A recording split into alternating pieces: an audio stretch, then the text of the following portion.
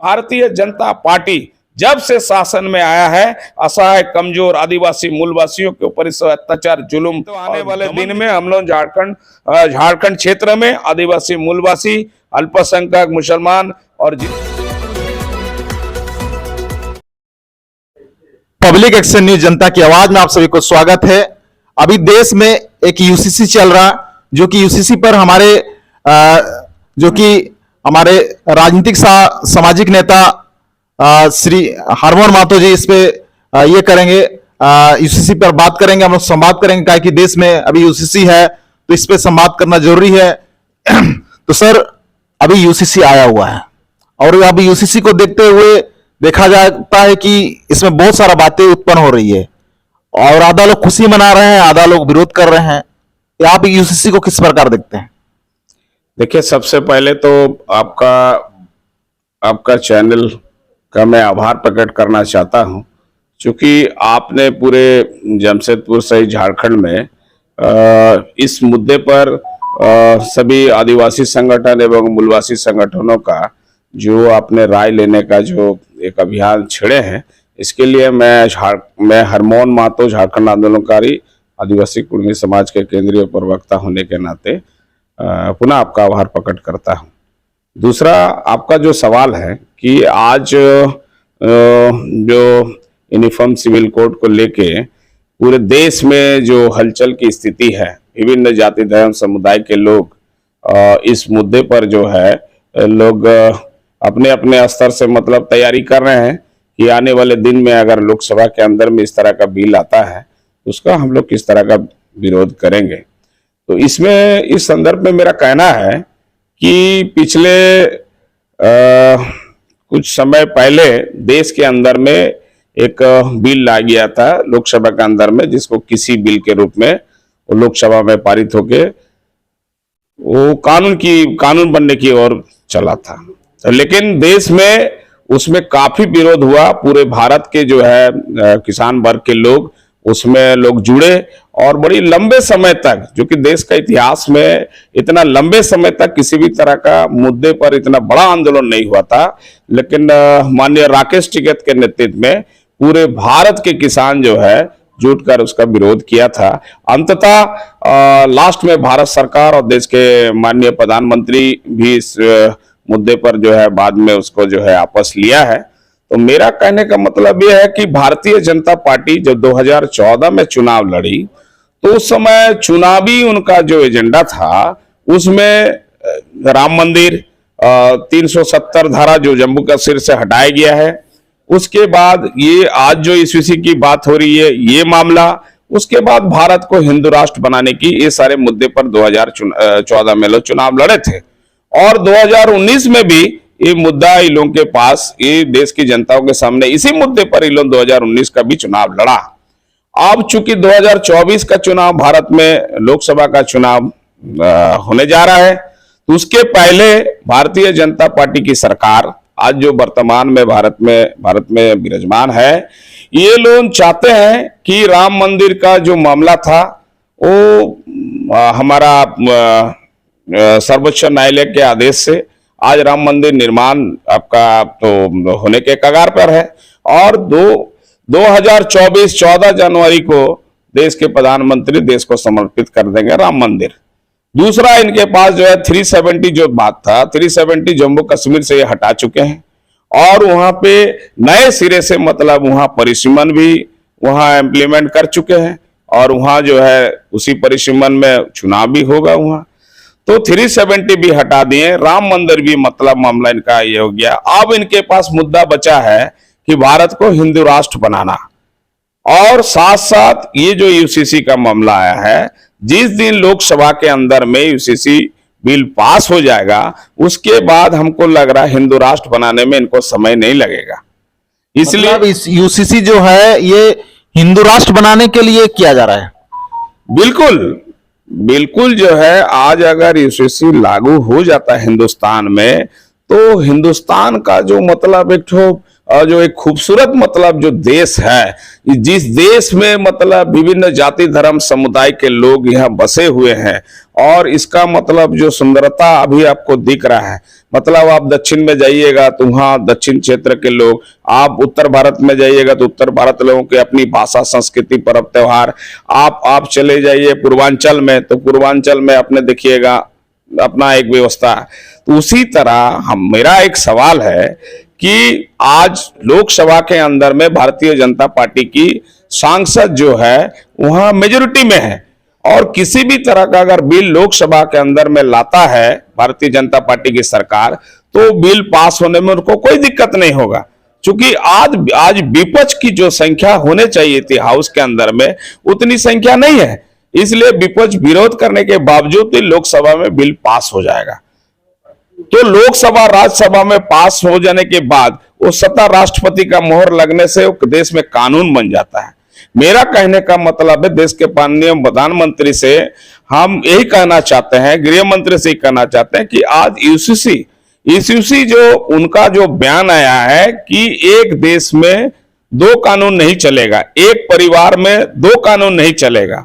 मेरा कहने का मतलब है कि आप अगर देश का 142 करोड़ मतलब आबादी वाले देश में एक अगर कानून ला रहे हैं, राष्ट्र हित में ला रहे हैं, देश हित में ला रहे हैं, और मतलब जो आम जनताओं के हित में ला रहे हैं, तो कानून को लोकसभा में लाने के पहले, और मेरे पास जो खबर है कि आगामी जो मानसून सत्र शुरू हो रहा लोकसभा में, इतने हड़बड़ी में भारतीय जनता पार्टी चूंकि उन्होंने चुनावी वादा जो किया था कि समान नागरिक संहिता, राम मंदिर, 370, हिंदू राष्ट्र, उसमें से हमको लग रहा है इसलिए भारतीय जनता पार्टी बहुत हड़बड़ी में है।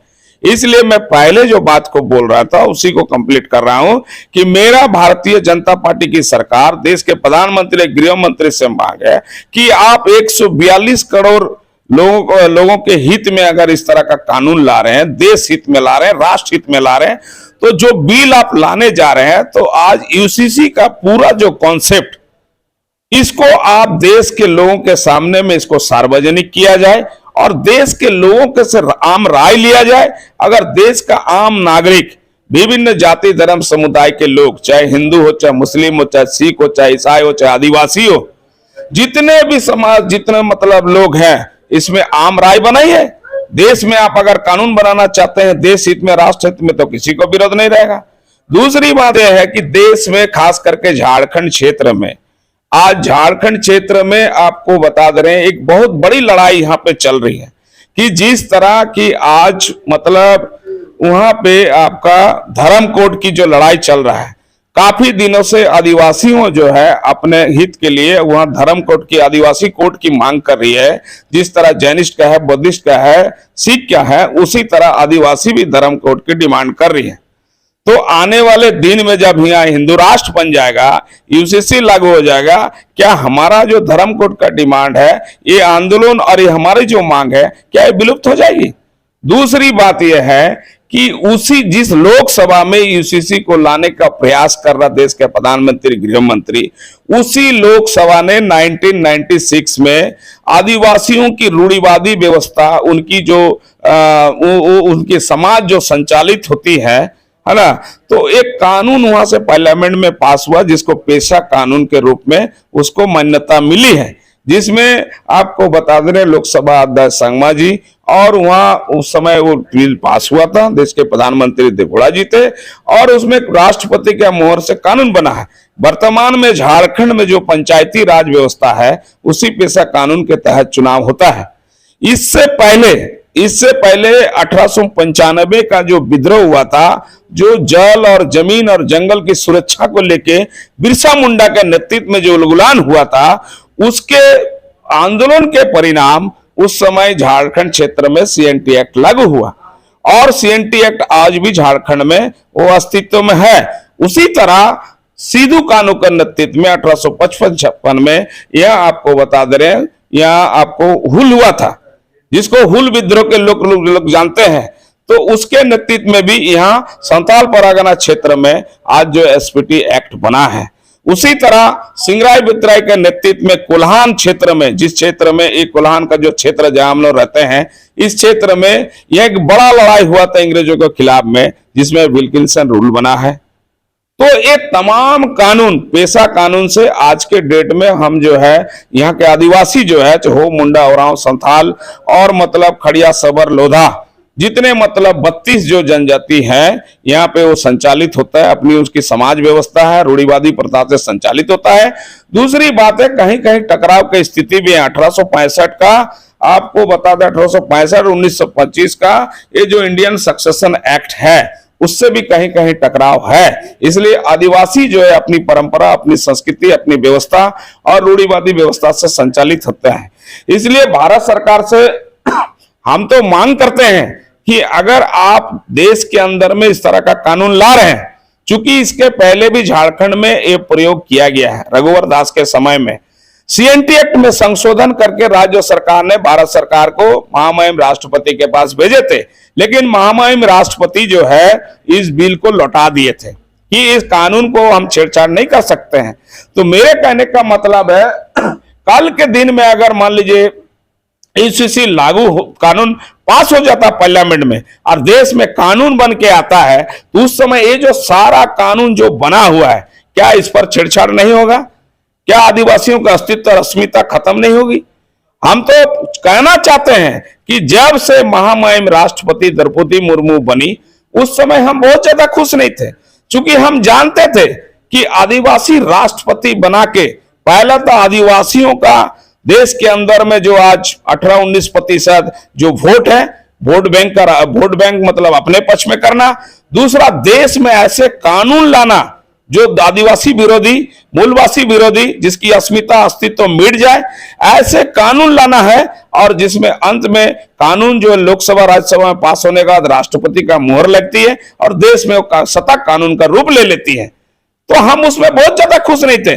बहुत लोग खुश हो रहे थे कि आजादी के इतने वर्षों बाद कि आज आदिवासी राष्ट्रपति बन रहा है। उस समय हम बिल्कुल खुश नहीं थे, इसलिए खुश नहीं, हमको पता था, क्योंकि इनका पहले देश के अंदर में एक दलित मतलब जो है महामहिम राष्ट्रपति बने थे, आपका गोविंद जी। तो उनके समय में अगर आंकड़ा को उठा के देख लिया जाए, देश में सबसे ज्यादा माने दलितों, असहाय, कमजोर लोगों के ऊपर अत्याचार, जुल्म, शोषण, झूठा मुकदमा सबसे ज्यादा हुआ है। तो इसलिए हमने एक बात को कहा रहा है कि जिस दिन द्रौपदी मुर्मू महामहिम राष्ट्रपति जो वर्तमान में है, उस दिन हम बहुत ज्यादा खुश नहीं थे। कुछ लोग जरूर खुश हो रहे थे कि आज आदिवासी राष्ट्रपति बन रहा है आजादी कितने वर्ष के बाद। तो मेरा कहने के मतलब तो यही चीज होने जा रहा है कि आदिवासी महामहिम राष्ट्रपति आदिवासी होने के बावजूद भी आज आदिवासियों के खिलाफ में, आदिवासियों के अस्तित्व अस्मिता को मिटाने के लिए इस तरह का बिल लाया जा रहा। मैंने तो पहले ही कहा आपको, आपके माध्यम से देश के महामहिम प्रधानमंत्री या गृह मंत्री से मांग करता हूं कि अगर देश हित में, राष्ट्र हित में अगर आप बिल ला रहे हैं, यूसीसी कानून अगर मान लीजिए देश का आम जनता, चाहे मुसलमान हो, चाहे बुद्धिस्ट हो, जैनिस्ट हो, आदिवासी हो, आपको बता दे रहे हैं, अगर देश हित में ला रहे हैं तो उसको सार्वजनिक किया जाए, आम राय लिया जाए, उसके बाद लोकसभा के अंदर में आप बिल लाइए, तो हमारा विरोध नहीं होगा। और नहीं तो किसी बिल की तरह, जिस तरह देश में किसी बिल ला के पार्लियामेंट में पास किया गया था, उसके बाद लोगों को पता चला कि ये इस देश में जो किसी भी लाया गया, एक किसानों के विरोध में लाया गया, किसानों को हित में नहीं लाया गया। तो क्या उसी तरह बिल लाना चाह रहे हैं? अगर उस तरह का बिल लाना चाह रहे हैं तो मैं हरमोहन महतो, आदिवासी कुर्मी समाज के केंद्रीय प्रवक्ता, झारखंड आंदोलनकारी होने के नाते मैं ये वर्तमान जो अगर स्वरूप है, वर्तमान स्वरूप क्या है, उसको सार्वजनिक करे। और हम तो बोल रहे हैं आपको, आने वाले दिन में अगर इस तरह का बिल आता है जो आदिवासी मूलवासियों के हित में नहीं होगा, उसका मैं जोरदार ढंग से इसका विरोध करेंगे। और एक मंच का भी हम डिमांड करते हैं जमशेदपुर का धरती में, यहाँ मुसलमान, यहाँ मतलब जो है आदिवासी, यहाँ का मूलवासी, यहाँ का जैनिस्ट, यहाँ का बुद्धिस्ट, यहाँ के सिख संप्रदाय के लोग, सबको उठ खड़ा होना चाहिए आपको बता दे रहे हैं, यह एक ऐसे मंच बनना चाहिए जो आपको बता रहे हैं। इस मंच से हम लोग सब जो तो आवाज बुलंद करेंगे, तब हमको लग रहा है कि और ज्यादा मजबूत होगा आंदोलन। और जिस तरह किसान आंदोलन देश में साल भर लड़ा, संघर्ष के अंत में भारत सरकार उसमें हारा और किसानों की जीत हुई, उसी तरह जमशेदपुर का धरती में, कुलान में ऐसे एक मंच होना चाहिए जैसे पिछले दिन हमारे आदिवासी समाज के लोग किए थे। उसी तरह का सिर्फ आदिवासी समाज का नहीं, यहाँ मुसलमानों को भी जोड़ना है, पिछड़ों को भी जोड़ना है, अति पिछड़ों को भी जोड़ना है, सिख को भी जोड़ना है, जैनिस्ट को भी जोड़ना है। क्योंकि भारतीय जनता पार्टी जब से शासन में आया है, असहाय, कमजोर आदिवासी मूलवासियों के ऊपर इस अत्याचार, जुल्म और दमन नीति अपना रही है। और आने वाले दिन में 2024 का चुनाव जो सामने है, इसलिए उनका जो चुनावी एजेंडा है उसको अमली जमा पहनाने के लिए इस तरह का कानून लाना चाहता है, उसका मैं घोर विरोधी हूं। और आने वाले दिन में अगर बिना जनता का आम राय लेके, बिना जनता को जानकारी देके अगर पार्लियामेंट के अंदर में यूसीसी बिल लाता है, तो उसका आदिवासी कुर्मी समाज का केंद्रीय प्रवक्ता होने के नाते मैं इसका विरोध करूंगा। बिल्कुल।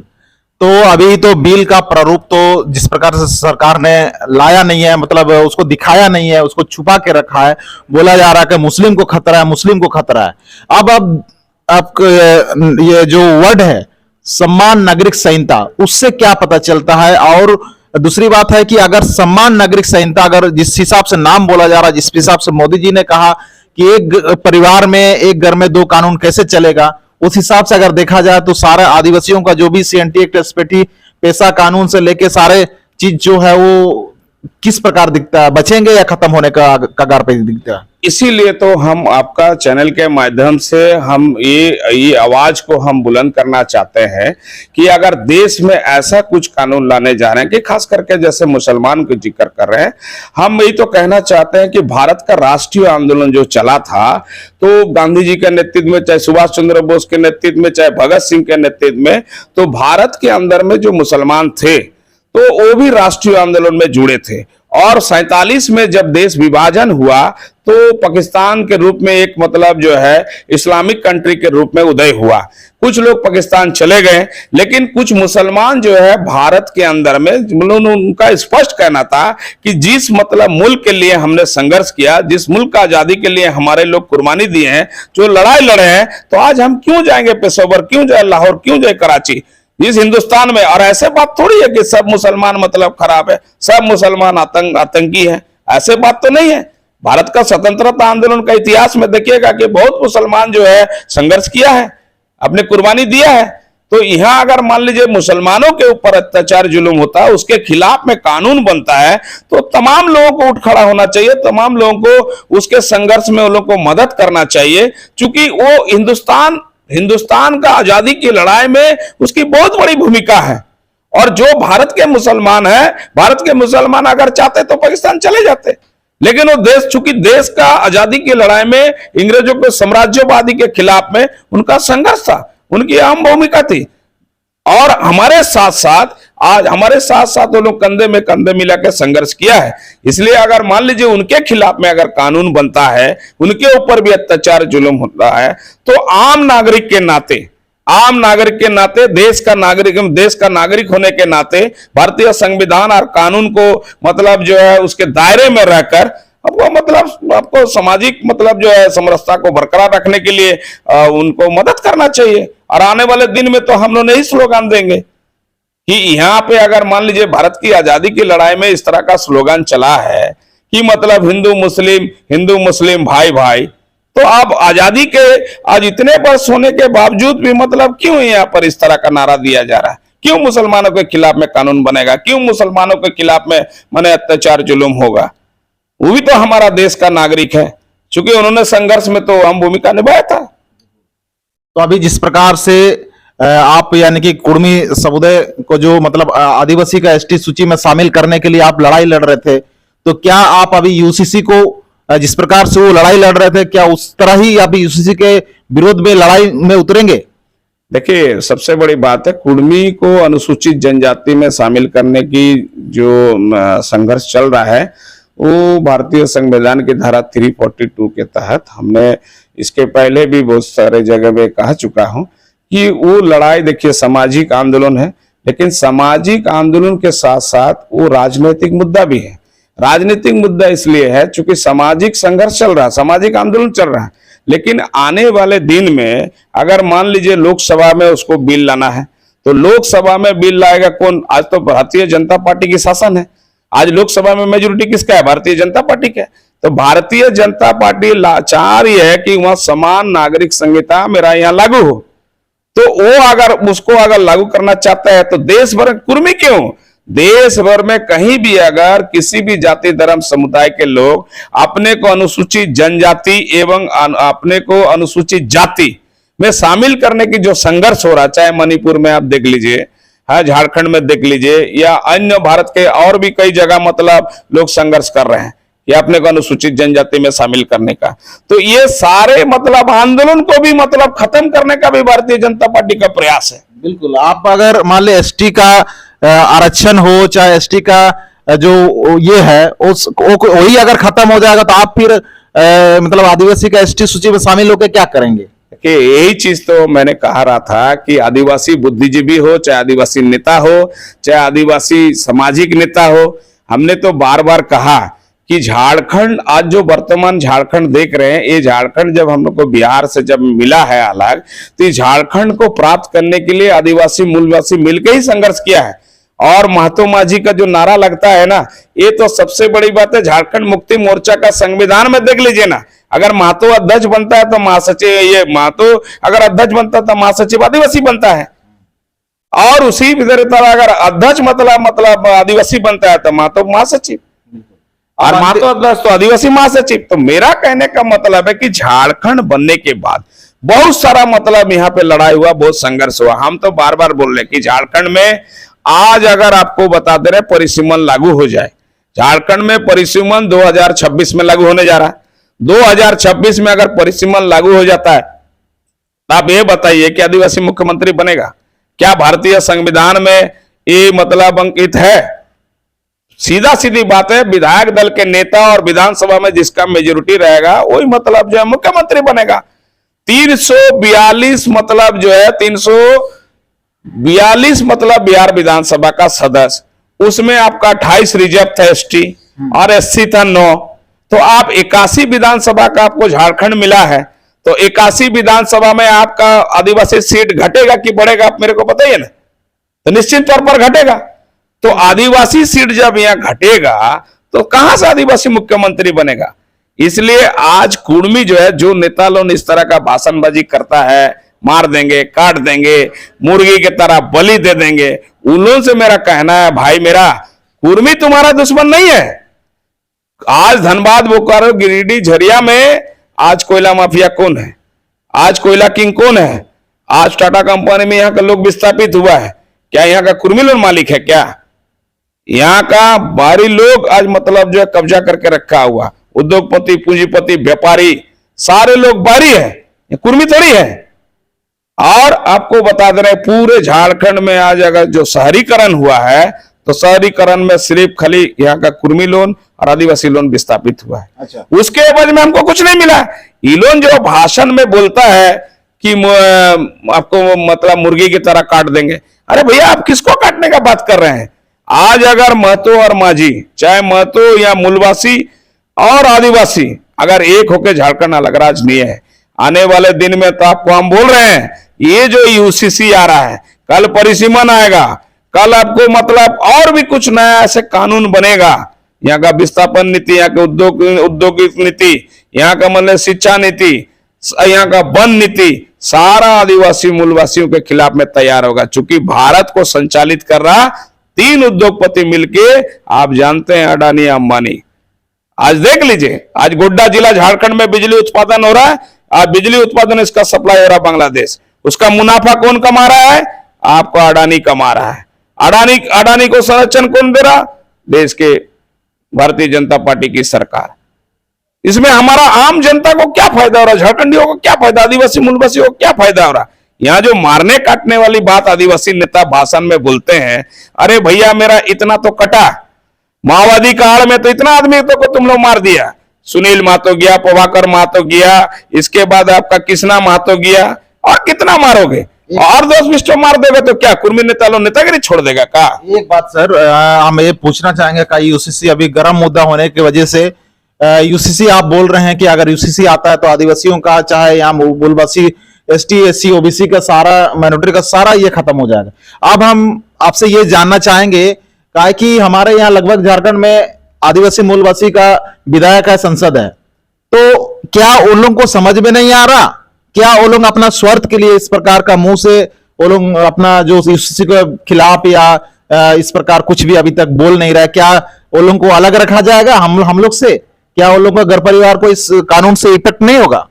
हम तो यही चाहेंगे, आज जो जनजातीय मंत्री भारत सरकार का अर्जुन मुंडा जी है, वो भी झारखंड क्षेत्र से सांसद हैं और भारतीय जनता पार्टी की आज के समय में 14 लोकसभा में 12 सांसद उनकी हैं, 11 सांसद भारतीय जनता पार्टी की और सहयोगी उनका आजसू का गिरिडीह से चंद्र प्रकाश चौधरी जी है।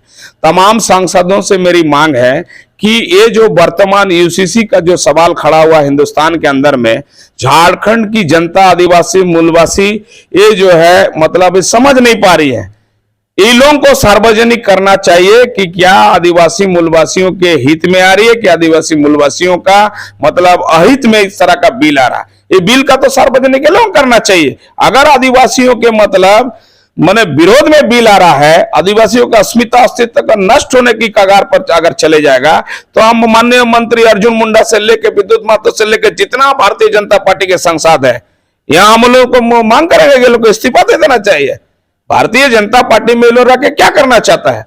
अगर आदिवासी मूलवासियों का अस्तित्व समाप्त हो जाएगा तो ये सांसद रह के और मतलब ये मंत्री रह के क्या कर लेंगे? बाबूलाल मरांडी जी से प्रदेश अध्यक्ष लोग, देखिए हम तो आपको कह रहा है कि बाबूलाल जी भी मुख्यमंत्री रह चुके हैं, सांसद भी रह चुके हैं, केंद्रीय मंत्री भी रह चुके हैं। उनको भी स्पष्ट करना चाहिए, उनको भी स्पष्ट करना चाहिए। और विपक्ष के जो नेता है हमारा, विपक्ष का नेता से भी मेरा मांग है कि आप लोग भी इस विषय पर जो आज आम जनता, सामाजिक कार्यकर्ता, आम आदमी, आम नागरिक इस विषय पर इतना गंभीरता पूर्वक लोग सोच रहे हैं, समझ रहे हैं, सेमिनार कर रहे हैं, आंदोलन के लिए संगठित हो रहे हैं, अपने आप को तैयार कर रहे हैं, तो विपक्ष सहित पक्ष में जो लोग, सत्ता पक्ष के लोग, यहाँ भारतीय जनता पार्टी के जो सांसद है, सबसे मेरा मतलब मांग है कि इस विषय पर आप लोग सार्वजनिक कीजिए, नहीं तो आने वाले दिन में हम लोग झारखंड क्षेत्र में आदिवासी, मूलवासी, अल्पसंख्यक, मुसलमान और जितने मतलब हम लोग सदान सब मिलकर आप लोगों का क्षेत्र में विरोध करेंगे, क्योंकि आज आदिवासी मूलवासी इसको समझ नहीं पा रहा किस तरह का बिल आ रहा है।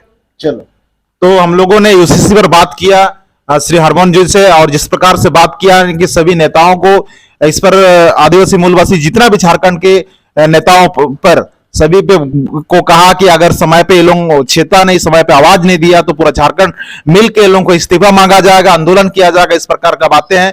इनका आवाज और यूसीसी को लेकर के आप लोग इस आवाज को जन जन तक शेयर जरूर करें, ताकि शेयर करेंगे तो आप निश्चित है कि दूसरा व्यक्ति के पास वीडियो पहुंचेगा और आवाज पहुंचेगा तो निश्चित रूप आपका जीत हासिल होगा। तो पब्लिक एक्शन न्यूज में बने रहने के लिए, अगला वीडियो देखने के लिए सब्सक्राइब जरूर करें, और इस पब्लिक न्यूज को देखते रहने के लिए आपको, अभी अंतिम तक बने रहने के लिए आपको धन्यवाद।